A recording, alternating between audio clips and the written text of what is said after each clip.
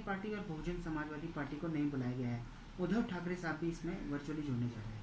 बिल्कुल मैं मानती हूँ कि इस पे फोकस ज़्यादा करना चाहिए कि कितनी पार्टीज साथ में जुड़कर एकजुट होकर एक मीटिंग अटेंड करी हैं। जैसे वो ब्रेकफास्ट मीटिंग की भी पहल हुई थी, तो ये बहुत स्पष्ट होता जा रहा है कि केंद्र सरकार का जो अहंकार है, जिस तरीके से वो कोई मुद्दों पे बहस नहीं करना चाहते हैं, माई वे और द हाईवे अपनाते हैं, तो ऑपोजिशन को डेमोक्रेसी के लिए, प्रजातंत्र के लिए और संविधान को संभालने के लिए और उसकी देखरेख करने के लिए एकजुट होना जरूरी है और एक अम्ब्रेला में आकर कॉमन मुद्दों को जनता के सामने लाना बहुत जरूरी है।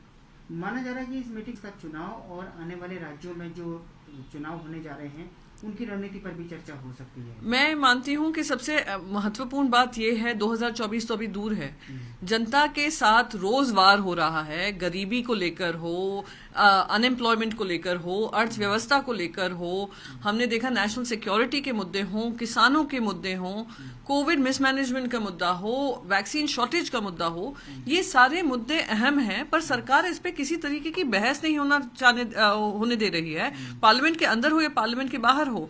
तो और प्राइस राइज जो सबसे इंपॉर्टेंट मुद्दा है, फ्यूल प्राइस राइज, जहां पे निर्मला सीतारमण जी ने भी आकर अजीब और गरीब बयानबाजी की है अपने प्रेस कॉन्फ्रेंस के माध्यम से।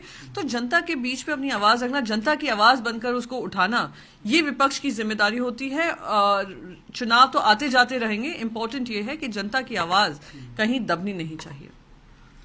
तालिबान असदुद्दीन ओवैसी ने कमेंट किया है सरकार पर। उन्होंने कहा है कि हमारे देश में 5 साल से नीचे की 9 में से 1 लड़की के साथ एट्रोसिटी का शिकार होती है, लेकिन आपको चिंता तालिबान की, तो अफगानिस्तान की। मैं हैरान हूं इस तरीके के कमेंट से। तालिबान महिलाओं के खिलाफ ही नहीं है, वो डेमोक्रेसी के खिलाफ है, वो टेररिज्म को आगे बढ़ाता है। उनके हाथ कितनी सारी चीजों में जो टेरर एक्टिविटीज की गतिविधियां होती हैं उसको प्रमोट करने में लगा है, लोगों को शूट डाउन कर देते हैं। और उसका ये गलत कंपैरिजन करना मैं मानती हूँ बहुत ही दुर्भाग्यपूर्ण है। और एक सीरियस अगर कोई नेता हो तो इस तरीके के कंपैरिजन करना बंद करेगा। एक चुनौती है हमारे देश के सामने कि पाकिस्तान, चाइना और अफगानिस्तान की तालिबान मिलकर हमारे देश के लिए आने वाले समय में हानिकारक हो सकते हैं, और हम सबको इसके बारे में चिंता करनी चाहिए, ना कि उन मुद्दों पे जो तालिबान को किसी तरीके से हमारी प्रजातंत्र से कंपेयर कर रहे हैं। ओवैसी साहब के इस बयान पर भारत सरकार में मंत्री हैं शोभा करंदले जी, उन्होंने कहा है कि ओवैसी साहब को अफगानिस्तान में महिलाओं की सुरक्षा के लिए वहां भेज देना चाहिए। एक तानता है, दूसरा पूरता है, दोनों एक दूसरे की राजनीति को बढ़ावा दे रहे हैं। तो मैं बस एक चीज यहाँ पर मानती हूँ कि देश हित में रहकर एक जो आने वाली समय में चुनौती है हमारे प्रजातंत्र के लिए, हमारे देश के लिए, उसमें एकजुट होकर हम सबको एक साथ एक आवाज में बोलना बहुत जरूरी है। जो भारतीय जनता पार्टी कर रही है वही आज ओवैसी साहब कर रहे हैं, इस तरीके की भाषा का इस्तेमाल कर और टॉपिक डाइवर्ट कर कर। Taliban is a challenge not just to India but across the world. Ex हैं अजय कुमार, उन्होंने कमेंट किया है, उन्होंने कहा है कि जो उत्तर प्रदेश की जो सरकार है वो अलीगढ़ का नाम हरिगढ़ बदल करने की तैयारी कर रही है। इससे बेटर ये होगा कि government suggested that the next thing change should be unemployment to employment, it will solve the country's problem. नाम बदलने की बजाय काम बदलना बहुत जरूरी है, और काम तभी बदलेगा जब सरकार सेंसिटिव होगी कि आज जनता हर मापदंड से सफर कर रही है। बेरोजगारी के माध्यम हो, बढ़ती हुई प्राइस राइज का मामला हो, बढ़ते हुए दामों का मामला हो, और महिला सुरक्षा का मामला हो, खास करके उत्तर प्रदेश में। ये सारे अहम मुद्दे हैं जो आने वाले समय में चुनाव में जनता के बीच में रखना जरूरी है, ना कि ये बार बार नामकरण, काम का करण होना चाहिए।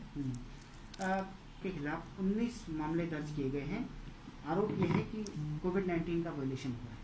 बिल्कुल, कोई भी कोविड वायलेशंस करेगा। ये कोविड महास्प्रेडर्स बन रहे हैं महाराष्ट्र में आकर। महाराष्ट्र जिनको दिन रात ये लोग कोसते थे, इस पे राजनीति करते थे कि कोविड फैल रहा है, कोविड कंट्रोल में आया है, और जो भी कोविड नियमों का उल्लंघन करेगा, वो वहां के पूर्व मुख्यमंत्री हों, वो वहां के मिनिस्टर हों, वो वहां के मिनिस्टर, केंद्र के मिनिस्टर ऑफ स्टेट हों, उन पे कार्रवाई की जाएगी। Maharashtra is uncompromising as far as this is concern, और इससे राजनीति से प्रेरित नहीं है, ये कोविड को और जनता की सुरक्षा से प्रेरित ये काम किया गया है। और I think everyone should welcome it कि इस समय पे इस महास्प्रेडर्स जो ये कर रहे हैं, जब थर्ड वेव एकदम कगार पे है, ये बहुत ही दुर्भाग्यपूर्ण है और उतना ही चिंताजनक है जितना इन्होंने वेस्ट बंगाल और बाकी सारे राज्यों में जाकर फैलाया था। बीजेपी इसे बदले की कार्रवाई कर रही है।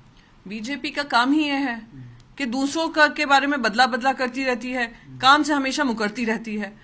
अगर सरकार महाराष्ट्र में जिम्मेदारी से आई है तो विपक्ष की भी जिम्मेदारी होती है कि जनता की आवाज बनकर निकले, ना कि खुद कोविड महास्प्रेडर्स बन जाए।